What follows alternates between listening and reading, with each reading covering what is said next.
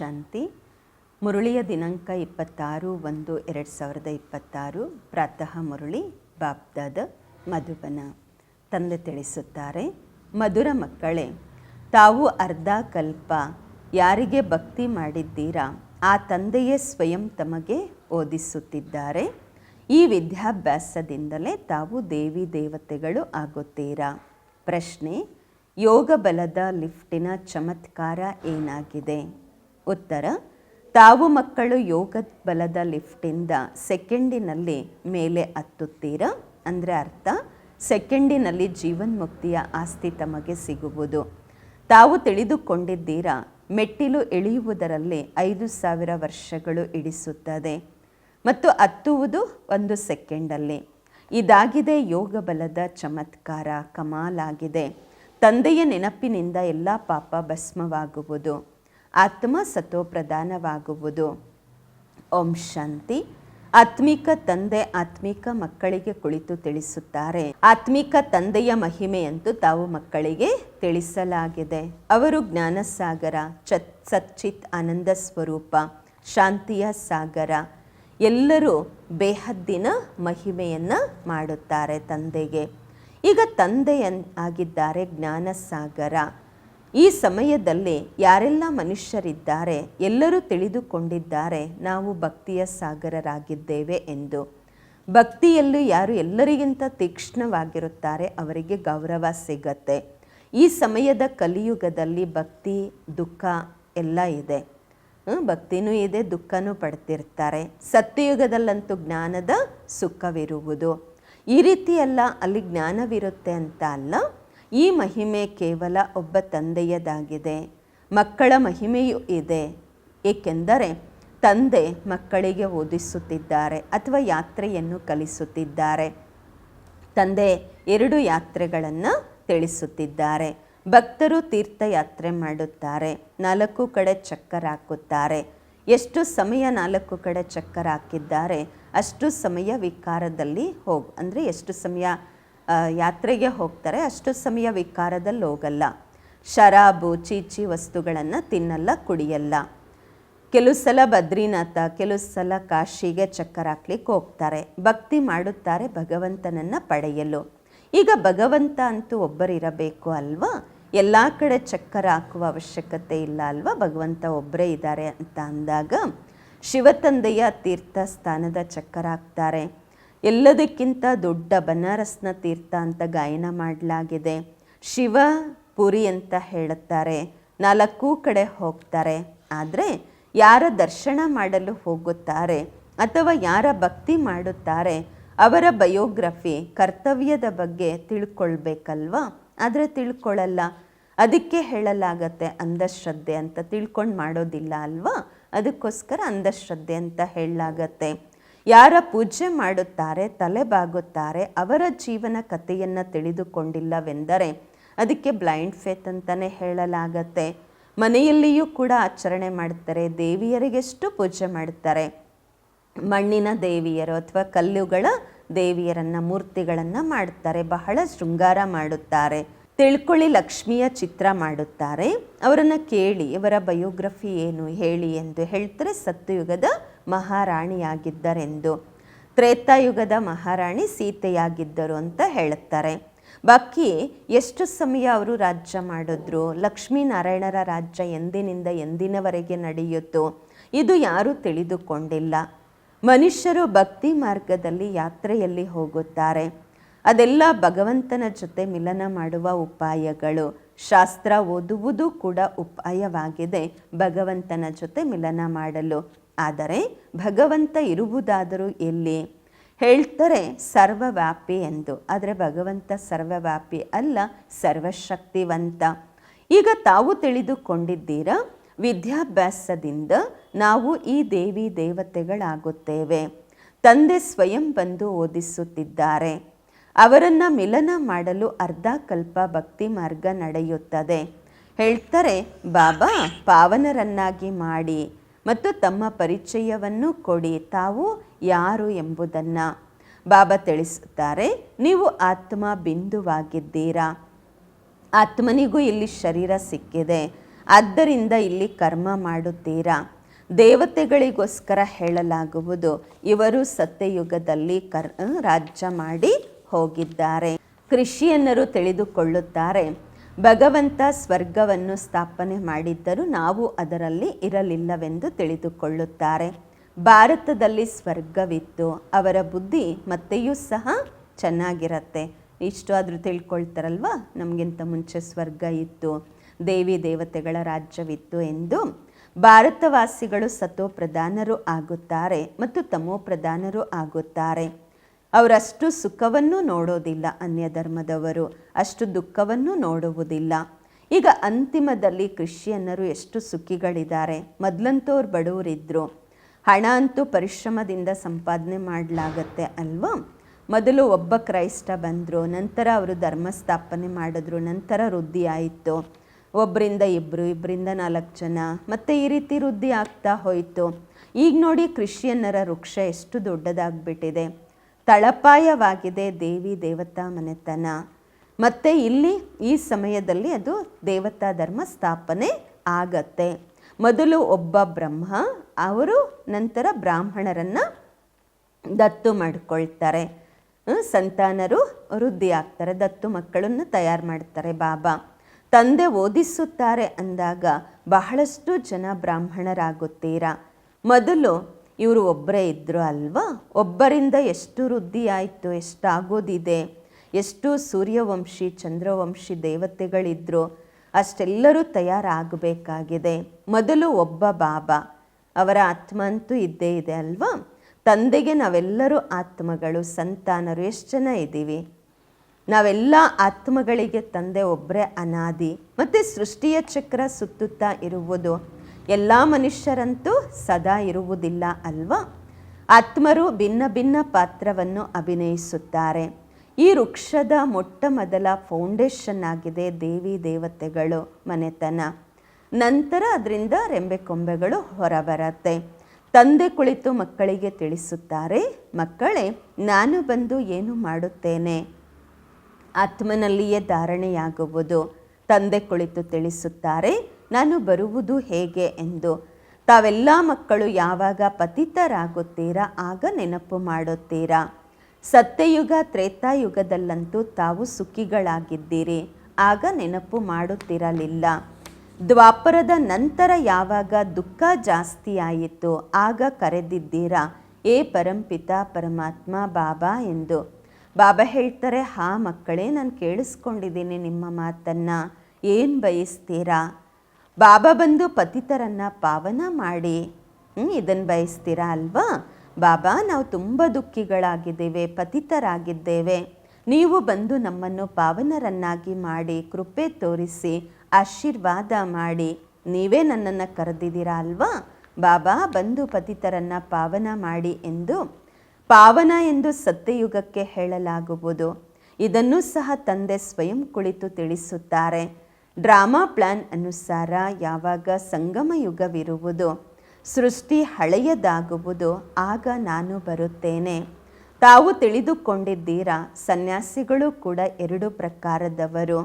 ಅದಾಗಿದೆ ಹಠಯೋಗ, ಅವರು ಹಠಯೋಗಿ ಸನ್ಯಾಸಿಗಳು, ಅವರಿಗೆ ರಾಜಯೋಗಿಗಳೆಂದು ಹೇಳುವುದಿಲ್ಲ. ಅವರದಾಗಿದೆ ಹದ್ದಿನ ಸನ್ಯಾಸ, ಮನೆ ಮಠ ಬಿಟ್ಟು ಕಾಡಿನಲ್ಲಿ ಹೋಗಿರುತ್ತಾರೆ, ಗುರುಗಳ ಫಾಲೋವರ್ಸ್ ಆಗುತ್ತಾರೆ. ಗೋಪಿಚಂದ್ ರಾಜನಿಗೋಸ್ಕರ ಒಂದು ಕತೆ ಹೇಳುತ್ತಾರೆ. ಅವ್ರು ಹೇಳಿದ್ರು, ನೀವು ಮನೆ ಮಠ ಯಾಕೆ ಬಿಡುತ್ತೀರಾ ಎಂದು, ಎಲ್ಲಿ ಹೋಗ್ತೀರಾ ಅಂತ. ಶಾಸ್ತ್ರಗಳಲ್ಲಿ ಬಹಳಷ್ಟು ಕತೆಗಳಿವೆ. ಈಗ ತಾವು ಬ್ರಹ್ಮ ಕುಮಾರ ಕುಮಾರಿಯರು ರಾಜರಿಗೂ ಸಹ ಹೋಗಿ ಜ್ಞಾನ ಯೋಗವನ್ನು ಕಲಿಸುತ್ತೀರಾ. ಒಬ್ಬ ಅಷ್ಟವಕ್ರ ಗೀತೆಯೂ ಇದೆ ಅಲ್ವಾ, ಅವರಲ್ಲಿ ತೋರಿಸ್ತಾರೆ. ಅದರಲ್ಲಿ ರಾಜನಿಗೆ ವೈರಾಗ್ಯ ಬಂತು, ಹೇಳಿದ್ರು ನನಗೆ ಯಾರಾದರೂ ಪರಮಾತ್ಮನ ಜೊತೆ ಮಿಲನ ಮಾಡಿಸಿ ಎಂದು. ಡಿಂಡೋರ ಒಡಿಸಿದ್ರು. ಅದು ಇದೇ ಸಮಯವಾಗಿದೆ. ತಾವು ಹೋಗಿ ರಾಜರಿಗೂ ಜ್ಞಾನ ಕೊಡುತ್ತೀರಾ ಅಲ್ವಾ, ತಂದೆಯಿಂದ ಮಿಲನ ಮಾಡಿಸ್ಲಿಕ್ಕೋಸ್ಕರ. ಹೀಗೆ ತಾವು ಮಿಲನ ಮಾಡುತ್ತೀರಾ, ಹಾಗೆಯೇ ಬೇರೆಯವ್ರಿಗೂ ಮಾಡಿಸ್ಲಿಕ್ಕೆ ಪ್ರಯತ್ನ ಮಾಡ್ತೀರಾ. ತಾವು ಹೇಳುತ್ತೀರಾ, ನಾವು ನಿಮಗೆ ಸ್ವರ್ಗದ ಮಾಲೀಕರನ್ನಾಗಿ ಮಾಡುತ್ತೇವೆ, ಮುಕ್ತಿ ಜೀವನ್ ಮುಕ್ತಿ ಕೊಡುತ್ತೇವೆ. ಮತ್ತು ಅವರಿಗೆ ಹೇಳಿ, ಶಿವ ತಂದೆಯನ್ನು ನೆನಪು ಮಾಡಿ, ಬೇರೆ ಯಾರನ್ನೂ ಅಲ್ಲ. ನಿಮ್ಮ ಬಳಿಯೂ ಸಹ ಪ್ರಾರಂಭದಲ್ಲಿ ಕುಳಿತಿದ್ದಂತೆಯೇ ಅನ್ಯರನ್ನು ನೋಡ್ತಿದ್ದಂತೆಯೇ ಧ್ಯಾನದಲ್ಲಿ ಹೊರಟೋಗ್ತಿದ್ರಿ ಅಲ್ವಾ? ಬಹಳ ವಂಡರ್ ಅನ್ನಿಸ್ತಾ ಇತ್ತು, ಆಶ್ಚರ್ಯ ಆಗ್ತಾ ಇತ್ತು. ತಂದೆನೂ ಇದ್ರಲ್ವ ಇವರಲ್ಲಿ, ಶಿವಬಾಬಾ ಬ್ರಹ್ಮರವರಲ್ಲಿ ಇದ್ರಲ್ವ, ಚಮತ್ಕಾರವನ್ನು ತೋರಿಸ್ತಾ ಇದ್ರು. ಎಲ್ಲರ ದಾರವನ್ನು ಬಾಬಾ ಎಳೆದು ಬಿಡ್ತಿದ್ರು. ಬಾಬ್ದಾದ ಒಟ್ಟಿಗೆ ಇದ್ರು ಅಲ್ವಾ? ಸ್ಮಶಾನದ ಕಬ್ರಿಸ್ತಾನದ ಅನುಭವವನ್ನು ಮಾಡಿಸ್ತಾ ಇದ್ರು. ಅಂದರೆ ಈ ದೇಹದಲ್ಲಿದ್ದು ಹೇಗೆ ದೇಹದ ಅಭಿಮಾನದಿಂದ ಮುಕ್ತರಾಗಿರಬೇಕೆಂದು ಎಲ್ಲ ತಂದೆಯ ನೆನಪಿನಲ್ಲಿ ಮಲಗ್ತಾ ಇದ್ರು. ಎಲ್ಲರೂ ಧ್ಯಾನದಲ್ಲಿ ಹೊರಟೋಗ್ತಾ ಇದ್ರು. ಇದೆಲ್ಲ ಶಿವತಂದೆಯ ಚತುರತೆ ಆಗಿತ್ತು. ಮತ್ತೆ ಇದಕ್ಕೆ ಮನುಷ್ಯರು ಜಾದು ಅಂತ ತಿಳ್ಕೊಂಬಿಟ್ರು. ಶಿವತಂದೆಯ ಆಟವಾಗಿತ್ತು. ಬಾಬಾ ಅಂತೂ ಜಾದೂಗಾರ, ಸೌದಾಗಾರ, ರತ್ನಗಾರ ಆಗಿದ್ದಾರಲ್ವ. ಡೋಬಿಯೂ ಆಗಿದ್ದಾರೆ, ಕಮ್ಮಾರನೂ ಆಗಿದ್ದಾರೆ, ವಕೀಲನೂ ಆಗಿದ್ದಾರೆ. ಎಲ್ಲರನ್ನ ರಾವಣನ ಜೈಲಿನಿಂದ ಬಿಡಿಸುತ್ತಾರೆ. ಅವರನ್ನು ಎಲ್ಲರೂ ಕರೆಯುತ್ತಾರೆ, ಪತಿತ ಪಾವನ, ದೂರ ದೇಶದಲ್ಲಿ ಇರುವಂತಹ ತಂದೆಯೇ ಬನ್ನಿ ನಮ್ಮನ್ನು ಪಾವನ ಮಾಡಿ ಎಂದು. ಪತಿತ ಪ್ರಪಂಚದಲ್ಲಿ ಪತಿತ ಶರೀರದಲ್ಲಿ ಬಂದು ನಮ್ಮನ್ನು ಪಾವನ ಮಾಡಿ ಎಂದು ಆ ತಂದೆಯನ್ನೇ ಕರೆಯುತ್ತಾರೆ. ಈಗ ತಾವು ಅದರ ಅರ್ಥವನ್ನು ತಿಳಿದುಕೊಂಡಿದ್ದೀರಾ. ತಂದೆ ಬಂದು ತಿಳಿಸುತ್ತಾರೆ, ತಾವು ಮಕ್ಕಳು ರಾವಣನ ದೇಶದಲ್ಲಿ ನನ್ನನ್ನು ಕರೆದಿದ್ದೀರಾ. ನಾನಂತೂ ಪರಮಧಾಮದಲ್ಲಿ ಕುಳಿತಿದ್ದೆ. ಸ್ವರ್ಗ ಸ್ಥಾಪನೆ ಮಾಡಲು ನನ್ನನ್ನು ನರಕ ರಾವಣನ ದೇಶದಲ್ಲಿ ಕರೆದಿದ್ದೀರಾ. ಈಗ ಸುಖಧಾಮದಲ್ಲಿ ಕರೆದುಕೊಂಡು ಹೋಗಿ ಎಂದು. ಈಗ ತಾವು ಮಕ್ಕಳನ್ನು ಕರೆದುಕೊಂಡು ಹೋಗಲಾಗತ್ತೆ ಅಲ್ವಾ ಅಂದಾಗ ಇದು ಸಹ ಡ್ರಾಮಾ. ನಾನೇನು ನಿಮಗೆ ರಾಜ್ಯ ಕೊಟ್ಟಿದ್ದೆ ಅದು ಪೂರ್ಣವಾಯಿತು. ಮತ್ತು ದ್ವಾಪರ ಯುಗದಿಂದ ರಾವಣನ ರಾಜ್ಯ ನಡೆಯುತ್ತದೆ. ಪಂಚವಿಕಾರಗಳಲ್ಲಿ ಎಲ್ಲರೂ ಬೀಳುತ್ತಾರೆ. ಮತ್ತು ಅವರ ಚಿತ್ರ ಜಗನ್ನಾಥಪುರಿಯಲ್ಲಿ ಇದೆ. ಮೊದಲ ನಂಬರಲ್ಲಿ ಯಾರಿದ್ರು ಅವರೇ 84 ಜನ್ಮ ಪಡೆದು ಈಗ ಅಂತಿಮದಲ್ಲಿ ಇದ್ದಾರೆ. ಮತ್ತು ಅವರೇ ಫಸ್ಟ್ ನಂಬರಲ್ಲಿ ಹೋಗಬೇಕಾಗಿದೆ. ಈ ಬ್ರಹ್ಮ ತಂದೆಯೂ ಕುಳಿತಿದ್ದಾರೆ, ವಿಷ್ಣುವೂ ಇದ್ದಾರೆ. ಪರಸ್ಪರದಲ್ಲಿ ಯಾವ ಸಂಬಂಧವಿದೆ ಇವರಿಗೆ? ಇದನ್ನು ಜಗತ್ತಿನಲ್ಲಿ ಯಾರೂ ತಿಳಿದುಕೊಂಡಿಲ್ಲ. ಬ್ರಹ್ಮ ಸರಸ್ವತಿಯು ವಾಸ್ತವದಲ್ಲಿ ಸತ್ಯಯುಗಕ್ಕೆ ಮಾಲೀಕರು, ಲಕ್ಷ್ಮೀನಾರಾಯಣ ಆಗಿದ್ದರು. ಈಗ ನರಕದ ಮಾಲೀಕರು. ಈಗ ತಪಸ್ಸು ಮಾಡುತ್ತಿದ್ದಾರೆ ಲಕ್ಷ್ಮೀನಾರಾಯಣ ಆಗಲು. ದೆಲ್ವಾಡ ಮಂದಿರದಲ್ಲಿ ಪೂರ್ತಿ ಸ್ಮಾರಕವಿದೆ. ತಂದೆಯು ಇಲ್ಲಿಯೇ ಬರುತ್ತಾರೆ. ಆದ್ದರಿಂದ ಈಗ ಬರೀಬೇಕು. ಆಬು ಸರ್ವತೀರ್ಥಗಳಲ್ಲಿ, ಸರ್ವಧರ್ಮಗಳ ತೀರ್ಥಗಳಲ್ಲಿ ಮುಖ್ಯವಾದ ತೀರ್ಥವಾಗಿದೆ. ಏಕೆಂದರೆ ಇಲ್ಲಿಯೇ ತಂದೆ ಬಂದು ಸರ್ವಧರ್ಮಾತ್ಮರನ್ನು ಸದ್ಗತಿ ಮಾಡುತ್ತಾರೆ, ಸರ್ವಧರ್ಮದವರ ಸದ್ಗತಿ ಮಾಡುತ್ತಾರೆ. ತಾವು ಶಾಂತಿಧಾಮಕ್ಕೆ ಹೋಗಿ ನಂತರ ಸ್ವರ್ಗದಲ್ಲಿ ಬರುತ್ತೀರಾ.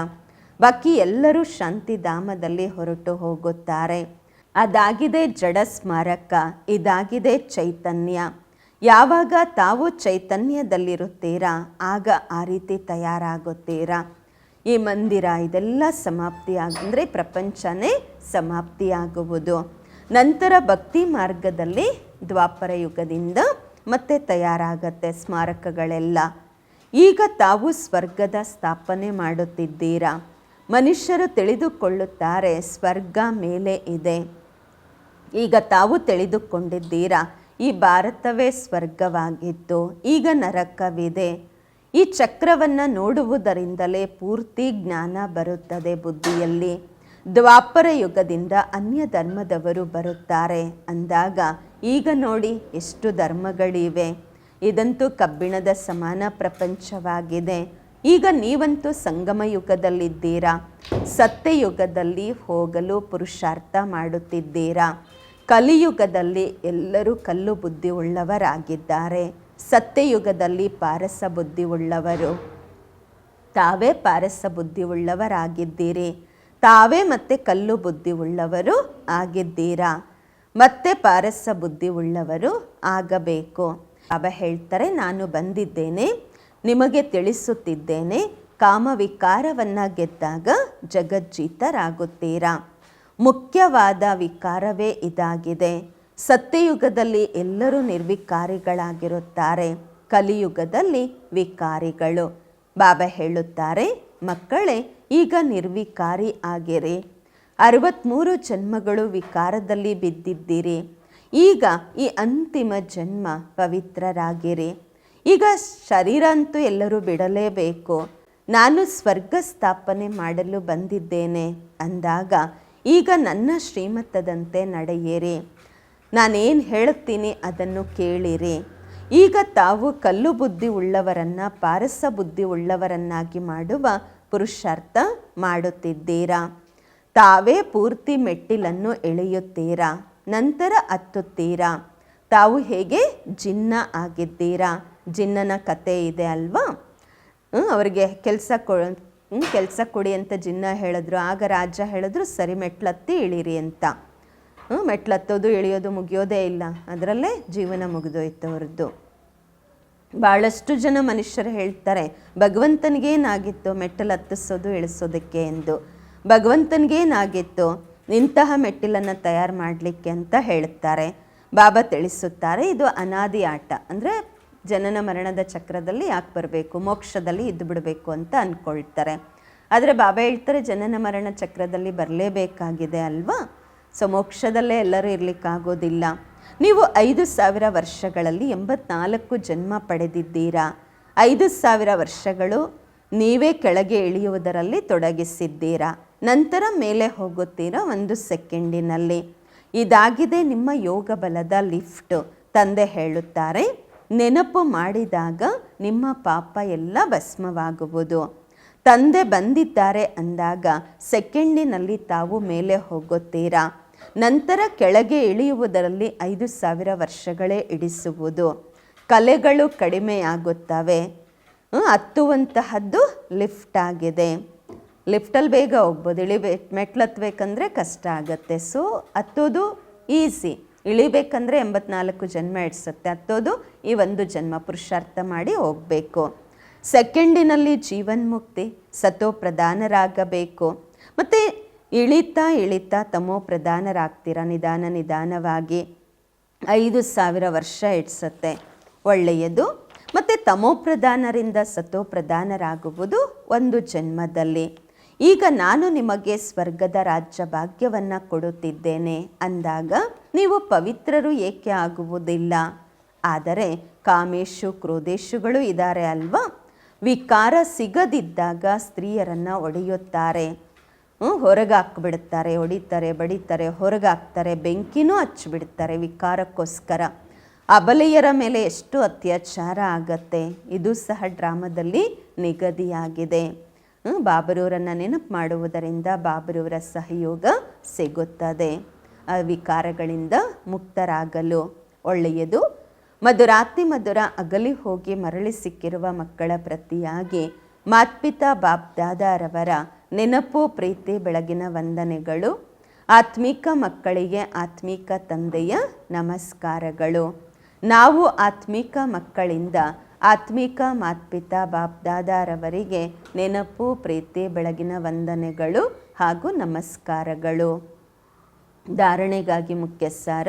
ಫಸ್ಟ್ ಪಾಯಿಂಟು, ಜಗತ್ತಿನ ಮಾಲೀಕರಾಗುವ ಮತ್ತು ವಿಶ್ವದ ಧಾರಣೆಗಾಗಿ ಮುಖ್ಯ ಸಾರ. ಫಸ್ಟ್ ಪಾಯಿಂಟು, ಜಗತ್ತಿನ ಮಾಲೀಕರಾಗಲು ಮತ್ತು ವಿಶ್ವದ ರಾಜ್ಯ ಭಾಗ್ಯವನ್ನು ಪಡೆಯಲು ಮುಖ್ಯವಾಗಿ ಕಾಮವಿಕಾರದ ಮೇಲೆ ವಿಜಯ ಪಡೆಯಬೇಕು. ಸಂಪೂರ್ಣ ನಿರ್ವಿಕಾರಿಗಳು ಅವಶ್ಯವಾಗಿ ಆಗಬೇಕು. ಎರಡನೇದು, ಹೇಗೆ ನಮಗೆ ಬಾಬಾ ಸಿಕ್ಕಿದ್ದಾರೆ ಹಾಗೆಯೇ ಎಲ್ಲರನ್ನ ಬಾಬನ ಜೊತೆ ಮಿಲನ ಮಾಡಿಸುವ ಪ್ರಯತ್ನ ಮಾಡಬೇಕು. ತಂದೆಯ ಸರಿಯಾದ ಪರಿಚಯವನ್ನು ಕೊಡಬೇಕು. ಸತ್ಯ ಯಾತ್ರೆಯನ್ನು ಕಲಿಸಬೇಕು. ವರದಾನ, ಚಿಂತೆಯ ಪ್ರಪಂಚ. ಇಲ್ಲೆಲ್ಲ ಬರೀ ದುಃಖ ಶಾಂತಿ ಚಿಂತೆ ಇದೆ ಅಲ್ವಾ. ಬಾಬಾ ಹೇಳ್ತಾರೆ ವರದಾನದಲ್ಲಿ, ಚಿಂತೆಯ ದುಃಖದ ಪ್ರಪಂಚ ಎದುರುಗಡೆ ಇದ್ದರೂ ಕೂಡ ನಿಶ್ಚಿಂತಪುರಿಯ ರಾಜ್ಯ ಭಾಗ್ಯದ ಅನುಭವ ಮಾಡುವಂತಹ ಅಷ್ಟಶಕ್ತಿ ಸ್ವರೂಪರಾಗಿರಿ. ಚಿಂತೆಯ ದುಃಖದ ಪ್ರಪಂಚ ಎದುರುಗಡೆ ಇದ್ದರೂ ಕೂಡ ನಿಶ್ಚಿಂತಪುರಿಯ ಬಾದ್ಶಾಹಿ ರಾಜ್ಯ ಭಾಗ್ಯದ ಅನುಭವ ಮಾಡುವಂತಹ ಅಷ್ಟಶಕ್ತಿ ಸ್ವರೂಪರಾಗಿರಿ. ವರದಾನದ ವಿಶ್ಲೇಷಣೆ, ಚಿಂತೆ ಮತ್ತು ನಿಶ್ಚಿಂತೆ ಈ ಜ್ಞಾನ ಈಗ ಇದೆ. ಚಿಂತೆಯ ಪ್ರಪಂಚ ಎದುರುಗಡೆ ಇದ್ದರೂ ಸದಾ ನಿಶ್ಚಿಂತ ಪ್ರಿಯ ರಾಜ್ಯಭಾಗ್ಯದ ಅನುಭವ ಮಾಡಬೇಕು.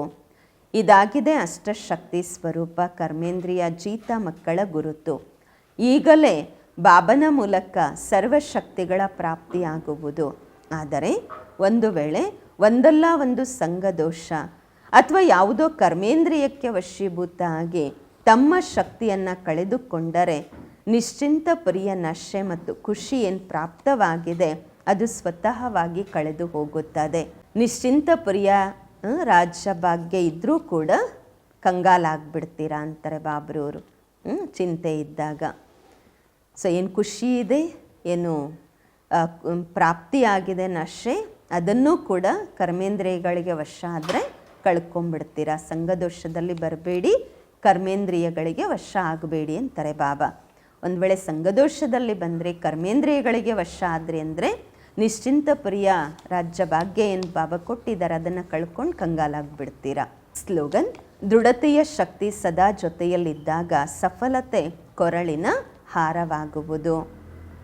ಅವ್ಯಕ್ತ ಇಶಾರೆ: ಈ ಅವ್ಯಕ್ತ ಮಾಸದಲ್ಲಿ ಬಂಧನ ಮುಕ್ತರಾಗಿದ್ದು ಜೀವನ್ಮುಕ್ತ ಸ್ಥಿತಿಯ ಅನುಭವ ಮಾಡಿರಿ. ತಮ್ಮ ಸಂಕಲ್ಪಗಳ ಬಿರುಗಾಳಿ ಅಥವಾ ಯಾವುದೋ ಸಂಬಂಧದ ಮೂಲಕ ಪ್ರಕೃತಿ ಮತ್ತು ಸಮಸ್ಯೆಗಳ ಮೂಲಕ ಏನು ಬಿರುಗಾಳಿ ಅಥವಾ ವಿಘ್ನ ಬರುತ್ತೆ, ಅದರಿಂದ ಮುಕ್ತರಾಗಲು ಯೋಗಯುಕ್ತ ಯುಕ್ತಿಯುಕ್ತರಾಗಿರಿ.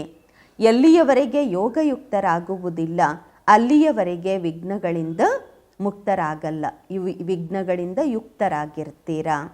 ಎಲ್ಲಿವರೆಗೆ ಯೋಗಯುಕ್ತರಾಗಿರಲ್ಲ ಅಲ್ಲಿವರೆಗೆ ವಿಘ್ನಗಳಿಂದ ಯುಕ್ತರಾಗಿರ್ತೀರ. ಅಂದರೆ ವಿಘ್ನಗಳಿರುತ್ತೆ, ವಿಘ್ನಗಳಿಂದ ಮುಕ್ತರಾಗೋದಿಲ್ಲ. ಓಂ ಶಾಂತಿ.